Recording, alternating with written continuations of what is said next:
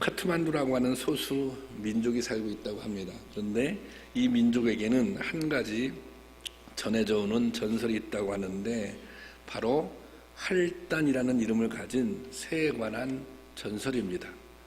새 이름이 할단새예요. 저렇게 생긴 새입니다. 이 할단새는 평생 둥지가 없이 사는 새라고 합니다. 히말라야는 낮과 밤의 일교차가 커서 낮에는 날씨가 봄날처럼 따뜻하고 또 밤이 되면 겨울처럼 극도의 추위가 찾아온다고 합니다. 할단새는 둥지가 없기 때문에 밤이면 바람을 막아줄 데가 없으니 찬바람 속에서 온몸을 오돌오돌 떨면서 밤을 지새우게 됩니다. 할단새는 추위의 고통에 이를 갈며 내가 내일은 반드시 둥지를 지어야지 그런 결심을 한답니다. 그런데 아침이 되고 햇살이 비치기 시작하여 날씨가 포근해지면 언제 그랬냐는 듯이 어젯밤의 결심을 까먹는다고 합니다. 그냥 놀면서 또 하루를 허비하는 거죠. 다시 추운 밤이 올 텐데 말이죠. 여러분, 이 새가 어리석지 않습니까? 그런데 성경을 보면 이스라엘 백성들의 모습이 그렇습니다. 이스라엘 백성들도 할단새처럼 끊임없이 잊어버리고 후회하고 다시 잊어버리는 일을 반복합니다. 이 이스라엘 백성들이 잃어버리는 것이 무엇일까요? 그것은 바로 하나님의 은혜입니다. 하나님께서 이스라엘 백성들에게 베풀어 주셨던 은혜입니다. 이 은혜가 자그마한 은혜라면 쉽게 잊어버려도 되는데 이 은혜는 큰 은혜입니다. 너무너무 큰 은혜입니다. 이스라엘의 역사는 끊임없는 망각과 패역, 이에 따른 징벌과 고통, 그리고 회개와 용서의 반복입니다. 그런데 신기한 것은 이 망각과 패역의 역사가 영원한 심판으로 끝나지 않고 아직도 이어지고 있다는 것입니다. 이스라엘 백성들의 잘못을 보면, 그들의 죄악상을 보면 벌써 심판받고 끝나야 되는데 그렇지 않다는 것입니다. 용서도 한두 번이고 이해도 한계가 있는데 아직도 끝이 나지 않았습니다. 그것은 하나님은 무한한 인내와 사랑으로 인간의 역사를 이끌고 계시기 때문입니다. 오늘 우리가 읽은 본문은 하나님께서 당신의 백성을 부르시는 하나님의 간곡한 초청입니다. 하나님을 떠나 죄악에 빠진 백성들을 향해 간곡하게 돌아오라고 요청하고 있습니다. 지금 돌아와라. 지금 돌아와서 나의 은혜를 받아라. 이렇게 요청하고 있습니다. 오늘은 그 주님의 부르심을 생각하며 하나님의 사랑과 그 사랑을 찾아 나오는 자들에게 임하는 은혜에 대해 생각하며 은혜를 나누도록 하겠습니다. 첫 번째로, 지금이 여호와를 만날 만한 때라는 것입니다. 이사야서는 하나님께서 이사야라는 선지자를 통해 주신 말씀을 기록한 책입니다. 이사야는 이스라엘이 남북으로 분단된 후 남쪽 유다에서 활동했던 선지자입니다. 솔로몬 이후에 이스라엘은 우리나라처럼 남북으로 분단이 되었습니다. 그래서 남쪽을 우리가 유다 그렇게 부르고 남유다 그렇게 부르고요, 북쪽은 이스라엘 그렇게 부르게 되었습니다. 분단 후 두 나라는 공히 우상 숭배라는 죄를 범하며 멸망의 길로 갑니다. 결국 북쪽에 있는 북이스라엘은 아수르라고 하는 나라에 의해 멸망하고 유다는 그로부터 150년 정도 후에 바벨론에 의해 멸망을 당합니다. 본문이 기록될 당시 유대는 바벨론의 침략으로 대부분의 땅이 정복당하고 수많은 사람들이 포로로 잡혀간 상황입니다. 거의 멸망의 직전에 있는 상황입니다. 하나님의 약속의 백성으로 존재의 의미를 상실해 가고 있는 상황입니다. 그런데 이 상황에서 하나님은 이사야를 통해 유다 백성들을 부르십니다. 이사야서 55장 3절에 보면 한번 읽어볼까요? 이 말씀은 다 같이 보겠습니다. 시작. 너희는 귀를 기울이고 내게 나와 들으라. 그리하면 너희 영혼이 살리라. 내가 너희를 위하여 영원한 언약을 맺으리니 곧 다윗에게 허락한 확실한 은혜니라. 너희는 귀를 기울이고 내게로 나와 들으라. 내게 나와서 들으면 어떤 일이 일어나요? 너희의 영혼이 살리라. 그리고 너희를 위해서 영원한 언약을 맺을 것이다. 그렇게 말씀하고 있습니다. 하나님은 아브라함을 선택하시고 후손 대대로 전할 언약을 맺으셨습니다. 이 언약은 이스라엘이 하나님의 백성이 되고 하나님은 이스라엘의 하나님이 되기로 한 언약입니다. 그런데 이 약속, 이 언약이 깨지고 맙니다. 왜 깨졌습니까? 누구 때문에 깨졌습니까? 그렇습니다. 이스라엘 백성 때문에 깨졌습니다. 하나님은 신실하심으로 당신의 백성을 사랑하시고 은혜를 베푸셨습니다. 하지만 이스라엘 백성들은 하나님을 떠났고 죄를 범했습니다. 우상에게 마음을 빼앗겼고 하나님을 배반했습니다. 그런데 하나님은 이런 이스라엘 백성에게 다시 언약을 세우자고 합니다. 그래서 내가 다윗의 혈통에서 나온 메시아를 통해 너희를 구원하겠다. 그런 영원한 약속을 세우겠다. 그렇게 말씀하십니다. 그리고 이 약속을 세우기 위해 당신의 백성을 부르십니다. 이 부르심은 다급하고도 간절합니다. 그래서 하나님은 이사야를 통해 이렇게 유다 백성을 부르십니다. 오늘 본문 말씀 6절인데요. 너희는 여호와를 만날 만한 때 찾으라. 너희는 여호와를 만날 만한 때 찾으라. 여기서 주목할 것은 때입니다. 여호와를 만날 만한 때, 이 때를 알아야 된다는 것입니다. 그 때를 알고 이 때를 놓치지 말라는 것입니다. 그렇다면 먼저 하나님을 만날 만한 때가 언제인지를 알아야 됩니다. 그 때, 하나님을 만날 만한 그 때는 언제일까요? 이사야가 말하는 하나님이 만나야 할 그 때는 하나님이 가까이 계실 때입니다. 6절 보면 가까이 계실 때 그가 부르라 그랬습니다. 여기서 가까이 있다고 하는 것은 공간적인 의미가 아니라 그냥 옆에 있다 이런 의미가 아니라 시간적인 의미입니다. 하나님께서 나에게 가까이 다가오시는 시간이 있다는 것입니다. 무언가 하나님이 나에게 임재하는 순간 그 때가 있다는 것입니다. 그때 하나님이 나에게 다가오시는 순간, 하나님이 임재하고자 하는 그 순간에 우리는 하나님을 만날 수 있다는 것입니다. 그런데 유다 백성들에게 이사야는 그 때가, 하나님을 만날 수 있는 그 때가 바로 지금이라고 얘기합니다. 지금 유다는 절망적인 상황에 놓여 있습니다. 벼랑 끝처럼 위태로운 상황입니다. 오직 하나님이 아니고는 소망이 없습니다. 어디 달리 도움을 받을 곳이 없습니다. 이처럼 가장 위급한 순간, 그 순간에 하나님이 가장 가까이 계시다는 것입니다. 우리를 돕기 위해서 우리를 찾아오신다는 것입니다. 그러니까 하나님을 만날 만한 때가 어디예요? 언제예요? 절망적인 상황입니다. 위기의 순간입니다. 하나님의 도우심이 아니고는 헤어날 수 없는 그런 순간, 그런 순간이 하나님을 만날 때라는 것입니다. 그 양떼를 치는 유목민들에게는 그들만이 알고 있는 노하우들, 양을 잘 치는 노하우들이 있다고 합니다. 많은 양무리를 일일이 간수하기 어렵기 때문에 양을 관리하는 기술을 나름대로 익히고 발전시킨 것입니다. 이 양은 앞에 양을 따라가는 습성이 있기 때문에 양떼를 몰고 갈 때는 건강한 양 한 마리를 앞에 세워서 그 양만을 집중적으로 관리한다고 합니다. 그 양을 잘 관리하면, 앞서가는 양을 잘 관리하면 다른 양들은 다 그 양을 따라가기 때문입니다. 그래서 앞서가는 양만 잘 관리해 주면 되는 것입니다. 그리고 또 양들이 이 양무리에서 이탈하는 걸 막기 위해 또 양치기 개들을 사용하죠.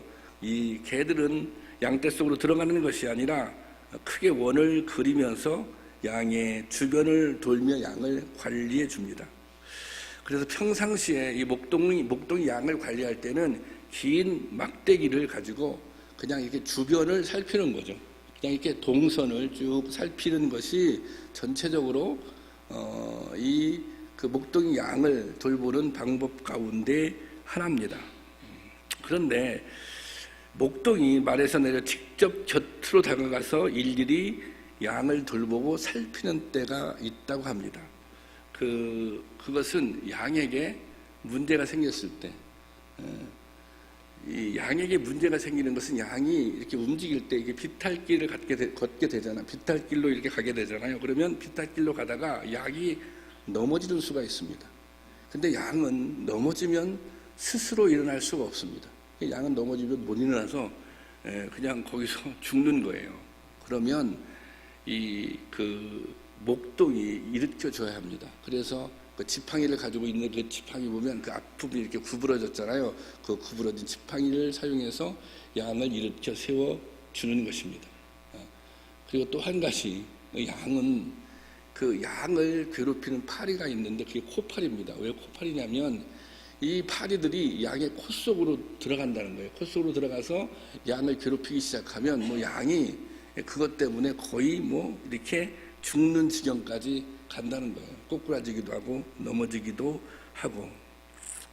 그래서 그 순간에 그 목동은 양의 코에 기름을 발라주어서 이 코파리들이 접근하지 못하도록 그렇게 만들어준다는 거예요. 그러니까 그런 경우 뭔가 특별히 양들에게 위기가 닥친 경우에는 그 순간은 목동이 신경을 집중해서 양떼 곁에 바짝 붙어 있다고 합니다. 평상시에는 멀리 있다가 양들이 위험에 처했을 때 실질적으로 양의 그 돌봄이 필요할 때는 가까이 바짝 붙어서 양을 돌봐 준다는 것입니다. 여러분, 하나님도 마찬가지입니다. 하나님은 우리가 시험을 나가고 환난 중에 있을 때 우리에게 가장 가까이 계십니다. 근심스러운 눈빛으로 우리를 돌아보시고 위급한 순간에 즉각적으로 돕기 위해 우리에게 손을 내미십니다.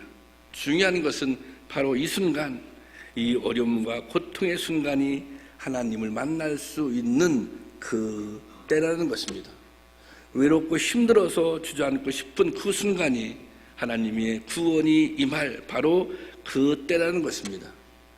그때, 이때에 하나님께 나아가야 한다는 것입니다. 그리고 이 때를 놓치지 말아야 한다는 것입니다. 그래서 사도 바울이 이렇게 권면합니다. 고린도 후서 6장 2절 보겠습니다. 다 같이요, 시작. 이르시되 내가 은혜를 베풀 때 너희는 듣고 구원의 날에 너희를 도왔다 하셨으니 보라 지금은 은혜 받을 만한 때요 보라 지금은 구원의 날이로다. 여기서 중요한 말씀, 보라 지금이 은혜 받을 만한 때요 보라 지금이 구원의 날이로다. 여러분, 이 말씀 믿습니까? 우리에게도 지금이 은혜 받을 때인 줄로 믿습니다. 지금이 구원의 날인 줄로 믿습니다. 지금이 우리가 하나님의 손을 잡을 때인 줄로 믿습니다. 여러분, 주님은 우리 곁에 계십니다. 우리가 부르기만 하면 응답하시기 위해 귀를 기울이고 계십니다. 오늘 이 나라에, 오늘 우리 가정에, 나의 삶에 하나님의 도우심이 필요할 때입니다. 하나님 아니면 누가 이 역사를 바로 세울 수 있겠습니까? 하나님 아니면 누가 우리의 가정을 온전히 지켜주고 세울 수 있겠습니까? 하나님이 아니면 누가 우리의 자녀들을 이 죄악된 세상에서 지켜줄 수 있겠습니까? 여러분, 하나님만이 유일한 해결의 방편인 것입니다.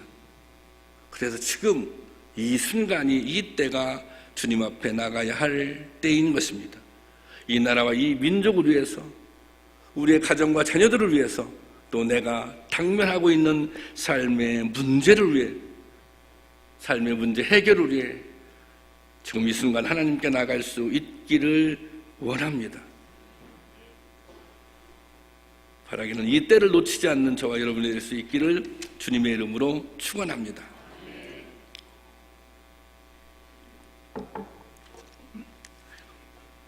두 번째는 주님께 나왔어요. 주님께, 때를 알고 주님께 나왔습니다. 그러면 여기서는 그를 부르라. 주님 앞에 나와 주님을 부르라는 것입니다. 이것은, 주님을 부르라고 하는 것은 주님의 은혜를 간구하라는 것입니다. 하나님은 죄악에 빠진 유다를 심판하지만 심판이 목적이 아닙니다. 하나님은 유대 백성들이 잘못했을 때 유다 백성들을 징벌하지만 징벌하는 것이 목적이 아닙니다.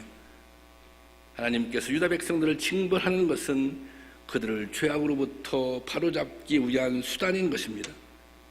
하나님께서 원하시는 것, 그것은 구원인 것입니다. 성경은 하나님을 아버지 마음에 비유합니다. 하나님은 통치자이십니다. 창조주이십니다. 또 구원자이십니다. 그런데 그분은 우리의 아버지가 되시는 분입니다. 마태복음 7장 9절에서 11절 말씀 보면 한번 보겠습니다. 시작. 너희 중에 누가 이들 돌을 주며 생선을 달라 하는데 뱀을 줄 사람이 있겠느냐? 너희가 악한 자라도 좋은 것으로 자식에게 줄 줄 알거든 하물며 하늘에 계신 아버지께서 구하는 자에게 좋은 것으로 주시지 않겠느냐? 아멘. 예. 여러분, 세상에 아무리 나쁜 사람이라도 자식에게는 좋은 아버지가 되고 싶은 거예요. 또 자식을 위해서라면 어떤 어려움이라도 참고 견디는 것이 부모의 마음, 아버지의 마음입니다. 이 하나님 아버지도 그런 마음을 가지고 계시다는 거예요. 여러분, 주님의 사랑은 끝이 없습니다. 주님의 사랑에는 변함이 없습니다. 주님은 선하신 분입니다. 그리고 주님께서는 우리에게 좋은 것 주시길 원하십니다. 그리고 그런 능력을 충분히 가지고 계신 분입니다. 그런데 주님께서 우리에게 이렇게 좋은 것을 주시기 위해서는 먼저 전제가 필요합니다. 그것은 우리가 주님께 구해야 된다는 것입니다. 하나님의 은혜는 구하는 자에게 임하기 때문입니다. 마태복음 7장 7절 8절에 하나님께서 좋은 것을 받기를 위해서는 먼저 이렇게 해야 된다고 가르치고 있습니다. 한번 다 같이 보겠습니다. 7절 시작. 구하라 그리하면 너에게 주실 것이요 찾으라 그리하면 찾아낼 것이요 문을 두드리라 그리하면 너에게 열릴 것이니 구하는 이마다 받을 것이요 찾는 이가 찾아낼 것이요 두드리는 이에게는 열릴 것이니라. 여러분 아멘이십니까? 구하라 그리하면 너희에게 주실 것이요 찾으라 그리하면 찾아낼 것이요 그 다음 뭐예요? 문을 두드리라 그리하면 열릴 것이다. 여러분, 하나님은 구하는 자에게 응답하십니다. 부르짖고 간구할 때 가장 좋은 것을 허락하십니다. 우리가 때때로 이런 의무를 갖습니다. 왜 하나님은 우리가 필요한 것을 구할 때 주시는가? 하나님이 전능하신 하나님인데 하나님은 이미 우리의 필요를 알고 계실 텐데 왜 그냥 주시지 않는가? 왜 구하지 않아도 먼저 주시지 않는가? 이런 생각 가질 수 있습니다. 이 존 스토트 목사님이라고 하는 분이 있는데 이분은 영국에서 목회하는 목사님이거든요. 그 대학교 교수자. 이분이 이런 얘기를 했어요. 우리가 구해야만 하나님이 주시는 이유는 우리가 하나님께 알려드릴 때까지 그분이 그것을 모르시기 때문이 아니다. 이미 하나님은 알고 계시다는 거죠. 또 하나. 그리고 우리가 하나님을 설득할 때까지는 그분이 내키지 않아 하시기 때문도 아니다. 우리가 우리의 필요를 하나님께 설명할 필요가 없다는 거예요. 그래도 그분은 설명하지 않아도 하나님은 다 아신다는 거예요. 왜? 전지하신 분이니까. 그리고 이유는 하나님께 있는 것이 아니라 우리 때문이다. 문제는 그분이 주실 준비가 되어 있는가 아닌가 하는 것이 아니라 우리가 받을 준비가 되어 있는가, 이것이 문제인 것이다. 하나님께서는 우리의 필요를 몰라서 그런 게 아니에요. 우리의 형편을 몰라서 그런 것이 아니라 우리가 받을 준비가 되어 있지 않기 때문에 주시지 않는다는 것입니다. 하나님은 우리의 필요를 이미 알고 계시지만 우리가 그 사실을 주님께 아뢰고 온전히 의지할 때까지 기다리고 계십니다. 하나님께는 이미 은혜가 준비되어 있습니다. 이것은 누구나 누릴 수 있는 넉넉한 은혜인 것입니다. 오늘 또 우리에게 은혜를 주시기 위해 예배의 자리로 부르신 것입니다.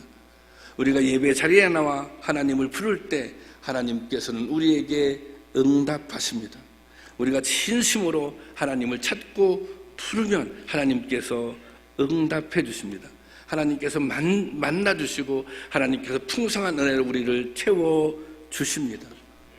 여러분, 진정한 예배는 그래서 반드시 치유와 회복이 있습니다.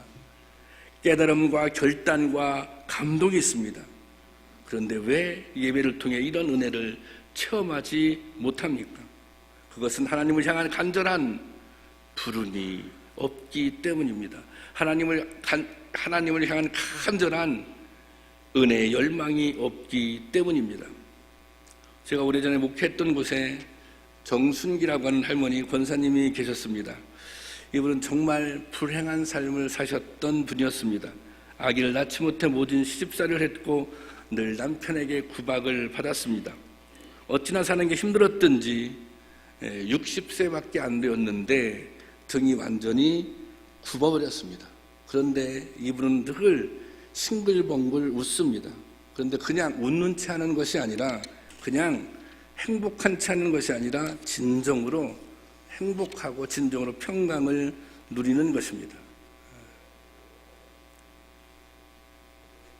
이 권사님은 다리가 많이 아파서 늘 자전거를 타고 움직였는데 하루도 빠지지 않고 새벽 기도에 나오셨습니다. 그런데 제가 목회하던 곳이 이게 금강 줄기가 있었던 그 논산의 평야지대인데, 금강에 강이 쭉 있고요. 그 위에 뚝이 있습니다. 뚝 밑에 뭐 논이 있고 뭐 집이 있죠. 그러면 교회에 오려면 이 뚝 위에 올라가서 이렇게 자전거를 타고 오시는 분이 한 20분 정도 오거든요. 근데 겨울에는 정말 엄청 춥습니다. 근데 365일을 하루도 빠짐없이 이분이 새벽에 자전거를 타고 나오십니다. 그러면 눈이 많이 오면 자전거를, 비가 오면 우비를 입고, 눈이 많이 오면 그때는 자전거를 못 타잖아요. 그러면 지팡이를 짚고 교회에 나오십니다. 그러면 자전거 타고 한 20분이니까 걸어서는 시간이 한 1시간쯤 걸어오시겠죠. 근데 이분이 새벽 기도만 하시는 것이 아니라 새벽에 교회 종을 치는 일을 맡으셨습니다. 그때, 지금도 가끔 그런 교회가 있는데 그 교회 밖에 종탑을 높이 세워서 종을 매다 놨어요. 그래서 그 종을 치는 거거든요. 근데 그 종을 4시에 쳤습니다. 새벽 기도가 4시에 있었으니까요. 또 뭐 시골은 좀 일찍 일어나서 일을 해요. 그래서 4시에 이제 치시는 거예요. 4시에 종을 쳐요. 근데 한 번도 이분이 그 종 치는 일을 빼먹는 일이 없었습니다. 종소리가 안 들리잖아요. 그럼 동네 사람들이 교회에 물어봐요, 저한테. 혹시 이분한테 무슨 일이 생겼느냐고. 근데 이분이 이제 새벽에 오셔서 종을 이렇게 치세요. 종을 치고 맨 앞자리에 왔거든요. 맨 앞자리에 딱 앉아서 외치는 말이 있습니다. 딱 앉아서 외치는 말이 있는데 딱 한마디. 그 한마디가 뭐냐면 아버지, 그렇게 하고 외칩니다. 아버지. 예. 어떤 때는 이분이 좀 힘드시면 아이고 아버지, 그렇게 부릅니다. 그렇게 한숨처럼, 마치 앞에 아버지가 계신 것처럼, 나를 기다리고 있던 아버지를 만난 것처럼 그렇게 아버지를 부르십니다. 아버지, 그러고. 한 번은 권사님 제게 이런 간증을 들려주셨어요. 전도사님, 나는 아버지를 이렇게 부를 때 가장 좋고 행복하다. 내가 아버지 그렇게 부르면 아버지께서 오냐 이렇게 대답해 주시는 것 같다. 내가 아버지 그렇게 부르면 아버지가 오냐 그렇게 대답하면서 그래 고생했다. 그래 내가 다 네 마음 안다. 이렇게 말씀해 주시는 것 같다. 자기는 정말 그런 음성을 매 순간 듣는다는 거예요. 자기가 아버지를 부를 때마다 당신이 아이고 아버지 그렇게 부를 때마다 내가 네 마음 다 알아. 내가 너 고생한 거 다 알아. 그래 애썼다. 당신은 그 힘으로 주님께서 그렇게 말씀해 주시는, 내가 다 안다. 너 참 고생했구나. 그 말씀을 듣는 것 같은, 아니 듣는 그 힘으로 산다는 것입니다. 여러분, 이것이 예배의 힘입니다. 오늘 예배 자리에 나왔으나 이런 은혜를 경험하지 못한다면 여러분 스스로 우리 자신을 돌아보아야 합니다. 여러분, 교회는 예배 드리러 오는 곳입니다. 다른 그 어떤 것도 이것보다 우선될 수는 없습니다. 사람을 만나 친목을 도모하는 것이 목적이라면 여러분들은 동네 계모임에 가셔야 합니다. 사람들에게 인정받고 나를 드러내고 싶다면 그런 모임에 가는 것이 옳습니다. 교회 올 때는 오직 예배가 최우선이 되어야 합니다. 예배가 최우선인 사람은 태도가 다릅니다. 마음가짐이 다릅니다. 하나님을 향한 간절함으로 나와 하나님의 이름을 부르는데 어떻게 목이 곧을 수가 있겠습니까? 어떻게 그 마음이 강팍할 수 있겠습니까? 엎드리고 더 엎드리고 간절하고 더 간절한 심정으로 주님을 부르게 됩니다. 이렇게 주님을 부를 때, 이렇게 간절하게 주님을 부를 때 주님이 우리를 만나주십니다. 이렇게 간절하게 주님을 부를 때 주님께서 우리 영혼을 충만하게 은혜로 채워주십니다. 여러분, 우리가 이 세상을 이길 힘을 어디서 얻을 수 있겠습니까? 우리가 세상살이 가운데 받는 그 수많은 상처들을 어떻게 치유하고 회복할 수 있겠습니까? 그리고 우리가 다시 세상으로 향해 나아갈 용기와 희망을 어디서 찾을 수 있겠습니까? 바로 예배인 것입니다. 우리가 진정 주님을 아버지라고 부를 수만 있다면, 우리가 진정 주님을 주님이라고 부를 수 있다면 거기에서 우리가 은혜를 받고 세상을 이길 힘을 얻는 것입니다. 하나님께 나오는 자, 하나님의 이름을 부르는 자, 하나님께 진정으로 예배하는 자들에게 주님은 모든 것을 넉넉히 이길 수 있는 은혜를 베풀어 주실 줄로 믿습니다. 마지막으로 이사야 선지자는 유다 백성들을 향해 지금이 은혜 받을 때다, 또 지금이 주님께 돌아올 때라고 호소하고 있습니다. 지금이 은혜 받을 때야, 지금이 주님께 돌아올 때야. 그런데 조건이 있어. 돌아오긴 돌아오는데 내가 은혜 주긴 줄 건데 하나의 조건이 있는데 그 조건이 7절입니다. 7절 한번 보겠습니다. 7절 다 같이 읽겠습니다. 시작. 악인은 그의 길을, 불의한 자는 그의 생각을 버리고 여호와께로 돌아오라. 예, 악인은 그의 길을, 불의한 자는 그의 생각을 돌아오는데 악한 길을 걸어가고 있다면 그 길을 돌이켜서 나에게 와야 돼. 불의한 생각을 하고 있다면 그 불의한 생각을 접고 그 불의한 생각을 버리고 나에게 돌아와야 돼. 이것은 한마디로 회개하고 돌아오라는 것입니다.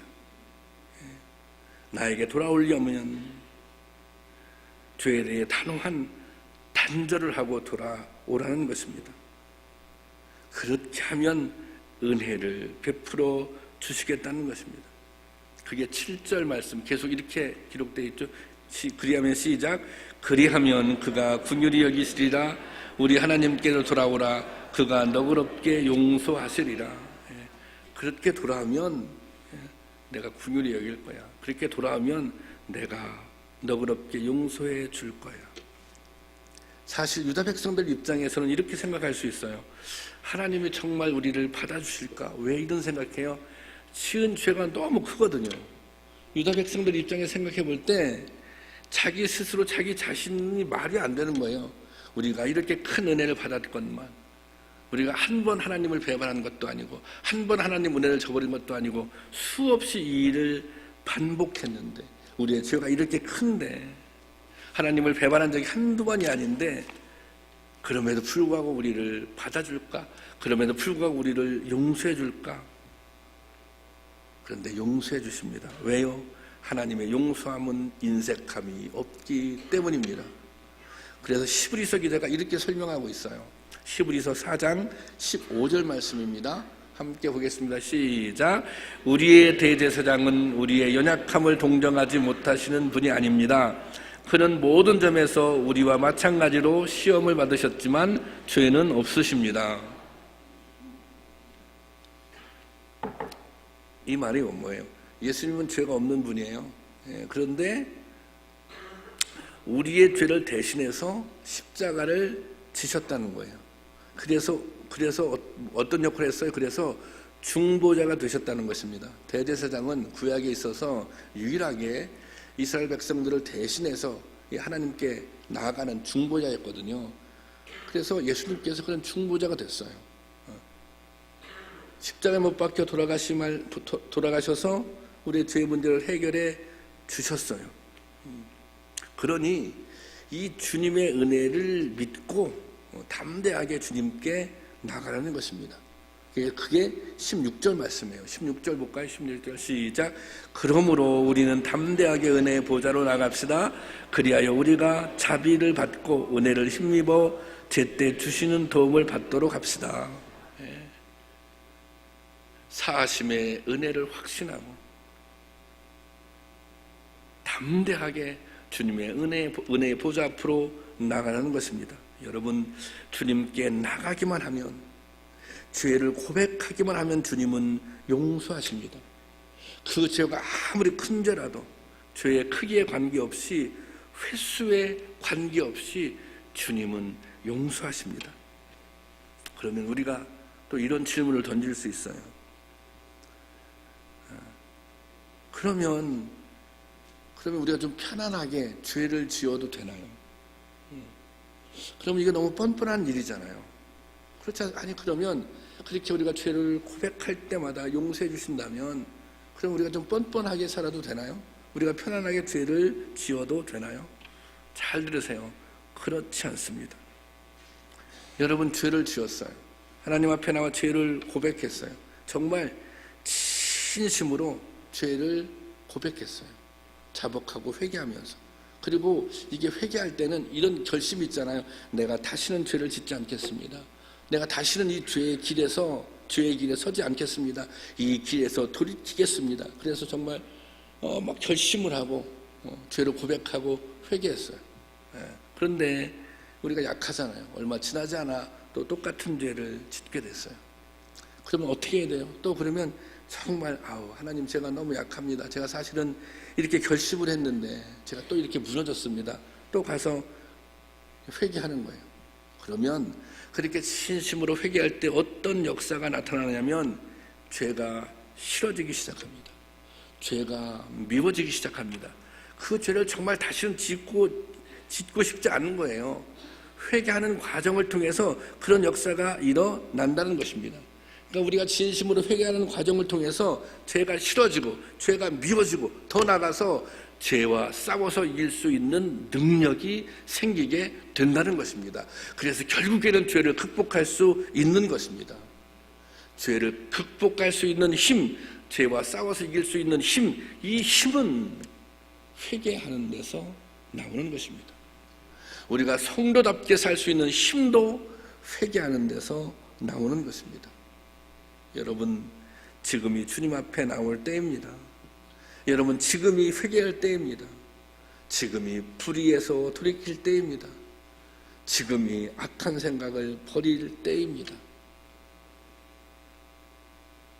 그렇게 주님 앞에 나올 때 주님께서 놀라운 은혜를 우리에게 부어 주실 줄로 믿습니다. 우리가 찬양하고 기도하기를 원하는데요. 오 신실하신 주 하나님, 한 번도 나를, 우리가 이 찬